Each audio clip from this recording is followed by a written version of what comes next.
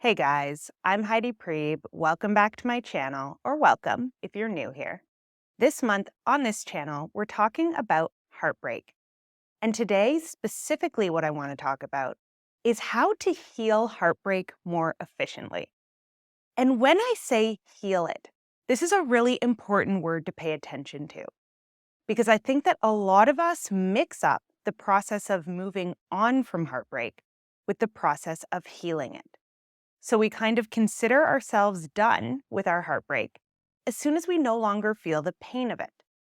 But a lot of the time, what that means is that we rush really quickly into whatever is going to distract us rather than what is going to help us actually integrate it and move on as whole people. When we do not integrate our heartbreaks, what we do instead is compartmentalize. So we shove into some little room inside of us everything that reminds us of the person or the thing that we have lost, and we find a way to go on as fragmented versions of ourselves. And then down the line, we might find ourselves repeating the exact same patterns, the exact same relationship mistakes that led to pain in the past. So we might actually be perpetuating the pain that we're feeling on a much longer time scale than we would if we were to stay present with it when it comes up in our lives and actually get to know it. So today we're going to talk about what that looks like. What does it look like to really integrate and move on from a heartbreak with our whole selves rather than simply getting some distance from it, but not ever actually healing the wound? I think that I could actually say in complete honesty that for the first 3 decades of my life, I never got over anything that happened to me. I just found increasingly creative ways to either distract myself from or devalue the experiences I'd gone through and the people and things I'd loved that I'd lost. And then I would just go back into those same patterns over and over and over again. And what's interesting is that at this point in my life, I can still say that I have never gotten over anything or anyone that I've deeply loved. But that phrase has a new meaning now. Now, what that means is I've found a way to really integrate and keep with me the incredibly valuable parts of everything and everyone that I've loved and been loved by. So, all of those people and those things still exist inside of me, but I don't have to avoid thinking about them or feeling the impact in order to feel whole and okay as a person. In fact, those experiences of loss now enrich my ability to stay present with myself and other people as I go through my life. But it definitely takes some work to get there. So, the idea of befriending different emotional states is a Buddhist concept. The first time I kind of came across this terminology was at an event I went to where one of the speakers, who's now a good friend of mine, and a monk were talking about shame. And at the end of this conversation that they had about shame, where there was about 10 to 15 of us listening in, one of the people in the audience addressed both of the speakers and said, "I want to thank you both for befriending your shame, which brought you to this place where you could share all of these lessons about it to the rest of us." And I remember thinking that is such a funny saying, right? Befriending shame. At a first glance, that's something that nobody would want to do. But he was right. These two individuals befriending their shame had brought them to a place where they could share a lot of lessons with the rest of us about how to navigate through it. And when we know how to navigate through any particularly painful, destabilizing emotion, it helps us live the rest of our lives in a more balanced and discerning way. And the same is true of befriending something like heartbreak. When we really get to know the inside outs of what breaks our heart, it reveals an incredible amount to us about what matters to us in life and how we can intentionally design our lives so that we are having a more meaningful experience of it. So we're going to talk about what that literally means. When we talk about befriending an emotional state, I want to challenge us to think of this as befriending a literal person. So if you made a new friend and you wanted to get to know them better, what might you do?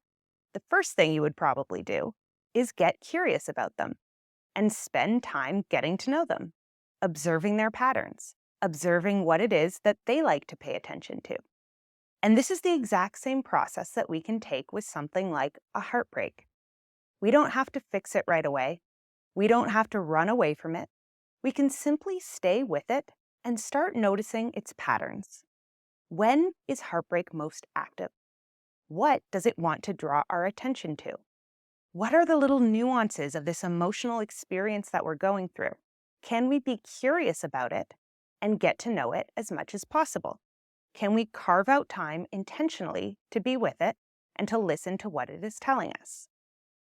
The next thing that we would do if we were making friends with a real person is we would start to set boundaries with that person. We would start to notice, when do they really want to hang out that's kind of inconvenient for me? And how can I let them know, hey, I will pay attention to you and I will spend time with you, but I can't do it during these hours. How about we make a date for this night instead? We make sure that the friend knows we want to spend time with them, but we can't just spend time with them whenever. So just like we would negotiate our boundaries with another person, we can also negotiate our boundaries with our own emotional state. This means not dismissing it, but being an adult about when we can and cannot attend to it. And the third thing that we would do, if we were developing a really close and emotionally intimate friendship with someone, is we would make the choice to let them affect us. And this is something that, depending on what type of patterning you have in the attachment realm, you might actually not do all that much with friends or partners or emotional states. Maybe your coping strategy in the face of loss is finding a way to make it not matter. And when we make things not matter, when we dismiss them from our awareness, when we tell ourselves this is not something it's worth paying attention to, what happens is that we miss out on the lessons that thing is there to teach us. Negative feelings do not exist within us for no reason. They exist within us because they're trying to draw our attention to an area where we need to practice extra discernment. So this idea of being intentional about letting people or things matter to us might be something new that you need to practice. Or you might be on the opposite end of the spectrum. Maybe you give your emotions so much attention and so much importance that it's never occurred to you that you could set a boundary with them, or that you could be a little bit more in control of the relationship. So just notice whichever one of these feels like the one you're more resistant to might be where you want to naturally focus your attention. Really letting something or someone matter to us means practicing humility in the face of it. So accepting that this person or this emotion or this state of heartbreak, of loss, of grief has something meaningful that I can learn from. Okay? Now, let's talk about the why behind this. So when we actually stay on the same page with heartbreak, what is the point of this friendship that we're developing? What is it that we're trying to get out of this? And I think the most important thing to focus on is that integration piece. So when we move past loss or grief or relationships without paying attention to what it was that was so valuable to us about that relationship, we end up in this perpetual space of unconsciously trying to get the exact same thing back. But if we were to slow down and take this opportunity to make the unconscious aspects of whatever we have lost conscious to us, then we get to pick and choose what we want to integrate and bring forward with us, and what we want to turn into a lesson that helps us increase our discernment. So if we find ourselves in this state of grief, where we are just clinging to something that has now left us, what we want to do is sit down and get really clear on what it is that we have lost. What is it about ourselves that we were so used to experiencing through this other person that we now are deathly afraid we're going to lose connection with inside of ourselves? So when I was with this person, if it's a romantic relationship that you've lost, what was online for me? What was I feeling? What was I experiencing? What was it about this connection that was unique? Who was I before meeting this person, before falling in love with this person? And then who was I inside of the relationship? How did I allow them to affect me and to change the way that I showed up.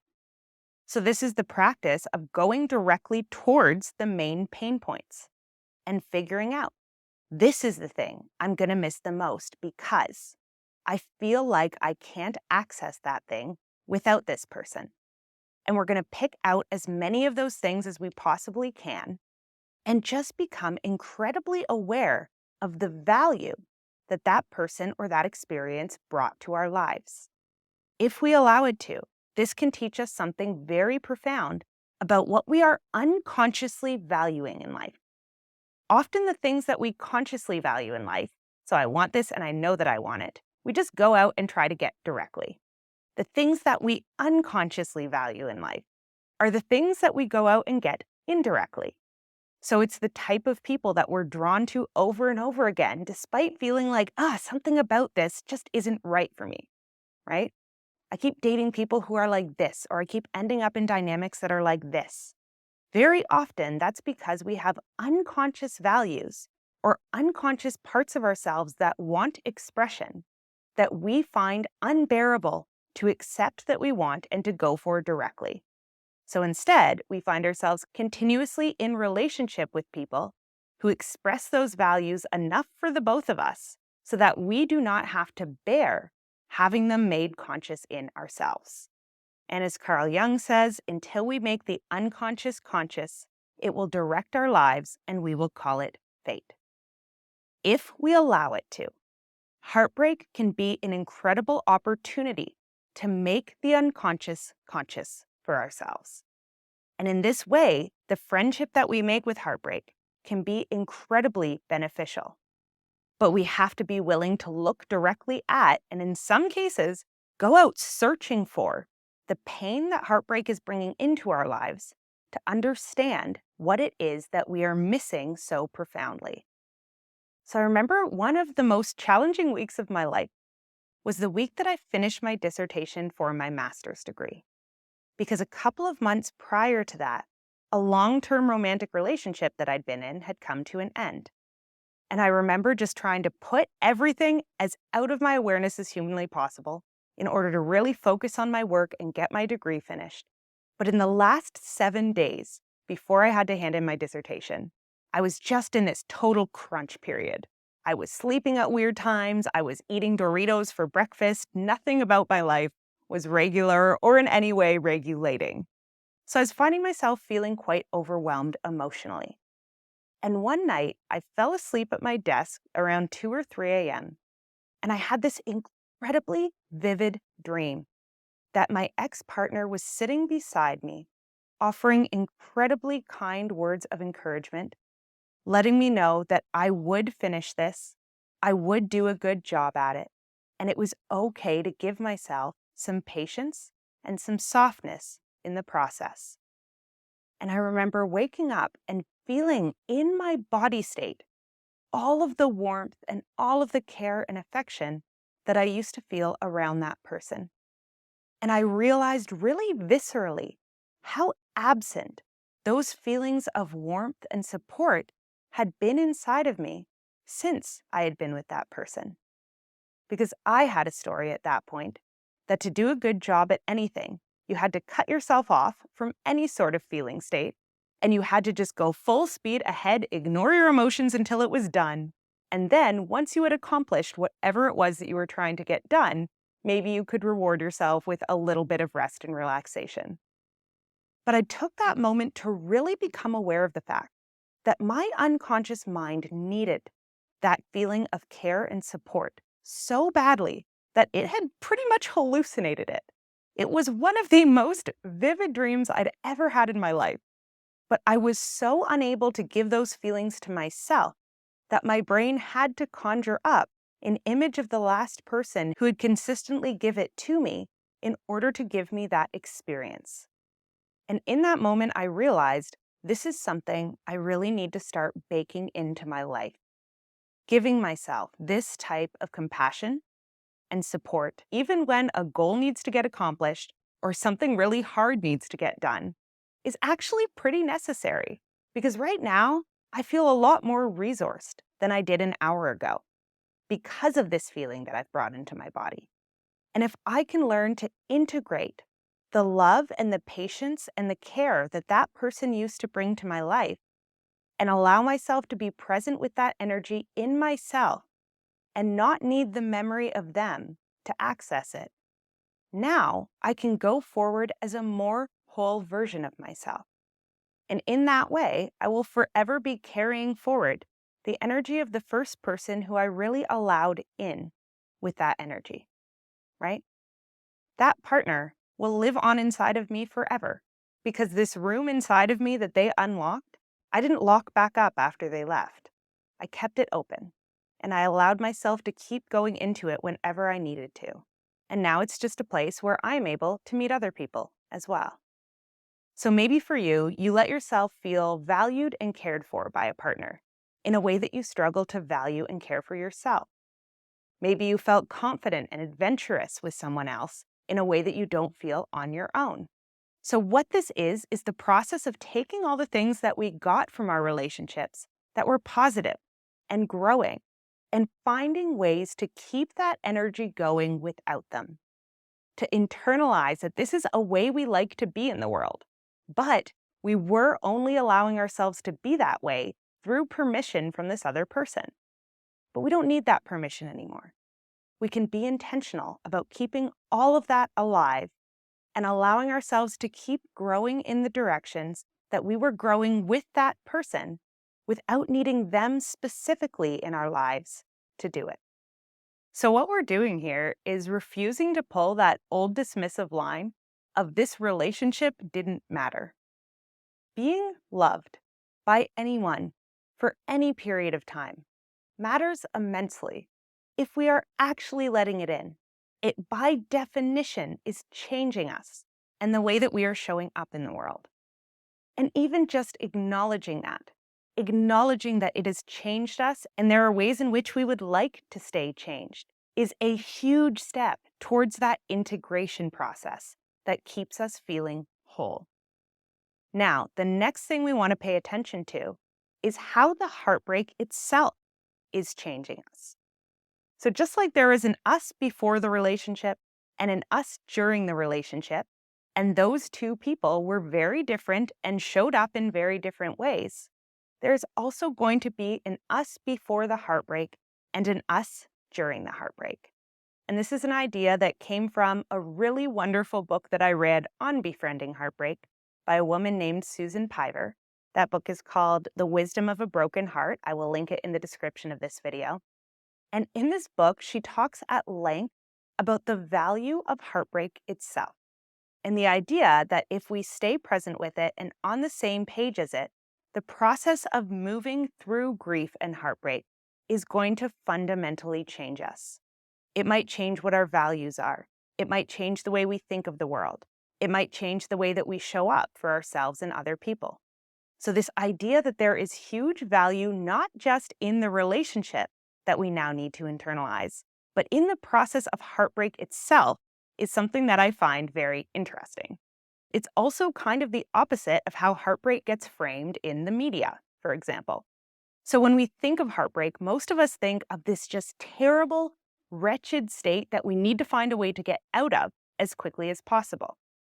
Very few of us think of it as a kind of gift or an opportunity to get deeply in touch with ourselves. But there's a quote from this book that I'm going to read that I just think beautifully encapsulates the opportunity that can be present inside of heartbreak. So in a chapter that is eloquently titled, "Yes, You Have Lost Your Mind, but It's Okay," Susan Piver writes, "Volatility is an active state of change. For instance, when heated, water becomes volatile and turns to vapor. In its volatile state, it more easily combines with other substances. It's able to change. Like it or not, you have been entered into a state of sacred volatility. Whatever you thought you possessed, love, security, a picture of the future, a sense of being lovable, is shaken loose from its appearance, rendered momentarily formless through the fire of heartbreak. Now, depending on your approach, you can attempt to squelch this process and retain possession of whatever old beliefs you have left, or through the grace of your attention and acceptance, you can open the door wide, let some air in, and watch the flames grow." Let them burn until they burn out. By doing this, you will make room for something new to arise out of the ashes. What I love so much about this passage is the idea of heartbreak as a state of sacred volatility. So, how I kind of interpret that is if we think of heartbreak as the process of losing something that we have become attached to. When we are attached to something, in kind of the Buddhist sense of the term, we are imagining this illusion of continuity. And this is a very important and vital part of being alive. Despite the fact that all of us know that everything in the world is in constant motion and nothing is ever guaranteed to stay in our lives forever, most of us spend our lives unconsciously entertaining the illusion that many things are going to last forever. So even if we kind of know in the back of our minds someday everything and everyone I love will be lost, we don't go around thinking about that because it would just be very distressing for the ego. But when we do lose something that's important to us, what we're being returned to temporarily is an awareness of the authentic and true state of things, which is that nothing in our life is permanent and that nothing is going to last forever. In the face of that reality, we can either panic or we can see it as a spiritual opportunity to really stop and look at our lives and examine how are we unconsciously designing our lives and how might we want to consciously design them better. Now that we are in this state involuntarily, where we are recognizing that everything is constantly in transit, we can have momentary clarity that the normal rhythms of life will eventually come along and naturally sweep us away from, about what it is that matters to us and what we want to make matter going forward. Because when we make that unconscious stuff conscious, then what we get to do is find creative ways to consciously fulfill those needs the way that we would choose to fulfill them. So through examining what parts of ourselves had come to life through this relationship or this situation that we've now lost, what does that tell us about the way we want to live our lives going forward? What does it tell us about how we want to love other people or give back to the world? Or what is it telling us about our dark side and our own shadow? What things have we repressed that we are now unconsciously going around trying continuously to get fulfilled through other people? And how can we come face to face with those things and be intentional about how we want to bake them into our experience of life in the future in a way that is deliberate and that aligns with the meaning we want our lives to have? When we approach heartbreak from a state of deep humility, so again, from the perspective of, this matters and has something to teach me, we end up learning not just from the relationship, but also from the experience of staying online for the integration process. And then, instead of becoming less whole through the process of losing a person or a thing that we have loved, we become more whole. We end up learning about our values. We end up facing our shadows. And I will link in the description of this video a series that I've done on shadow work. I believe that heartbreak is one of the most fruitful opportunities for us to take on that work. We learn things about what we are unconsciously valuing that can now be brought to the surface and integrated in a more conscious way. And we become kinder and deeper people when we are willing to meet ourselves in these spaces. We become people who are now comfortable sitting with the pain and the grief and the loss of others without needing to rush to fix it or to make it better right away. And that ability to stay present with people is what ends up helping us foster really deep, intimate connections in the future, when we don't need to either savior other people or be saviored from our own pain.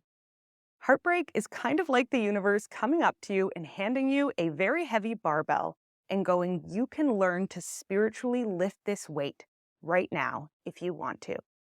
And if you take that opportunity to train yourself into the type of person who can lift that weight and who can stay present with these experiences of loss and grief, you become an incredibly strong person in your day-to-day life going forward, because you no longer have to run from tiny moments of pain and grief and loss and uncertainty that are absolutely inherent to being alive. So grief can be a spiritual weight training session that you walk away from having gained an incredible amount of spiritual grit. Spiritual grit is not the denial of pain, it is the ability to be with it. And where this inevitably leads us is out the other side of this grief period, where there is a new way in which we are whole. So we no longer need this other person or this situation that we lost to feel whole. We've allowed that person or that experience to change us in a deep way that we carry forward with us. We've spent time integrating and consciously allowing ourselves to be changed, both by the person and the experience of losing them. And now the person we get to take time getting to know is the new version of ourselves. We get to ask ourselves, what does wholeness look like for me now? In what ways am I now better at loving both myself and other people? What are the new strengths that I have? What are the new opportunities that I'm excited to go pursue? What do I now know about my own needs and my own values that I didn't know before? And how can I now show up for myself in a better way because I'm aware of those things? Where can I now meet other people in a really deep and intimate way that I previously could not meet them? And how does that impact my ability to get close with and stay close with other people without getting overwhelmed by either their pain and suffering or my own? So my kind of conceptualization of what it means to heal from a heartbreak is not when you don't think about it anymore, or not when your life looks so radically different that nothing reminds you of it. It's when you no longer need to avoid any part of your conscious experience related to that person or that heartbreak in order to feel whole. You can look back on the relationship and make sense of it and understand what it's possible for you to take from it and how even the breakup or the loss itself contributed to your wholeness as a person. So you're not out in the world living as this fragmented version of yourself that is running away from certain internal experiences. You are able to stay on the page with all of it. That's what it means to heal something rather than just move on from it. All right, I think that's all I have to say for today on this topic. As always, let me know in the comments what you guys are thinking or feeling or any questions that you have. I love you guys. I hope you're taking care of yourselves and each other, and I will see you back here again really soon.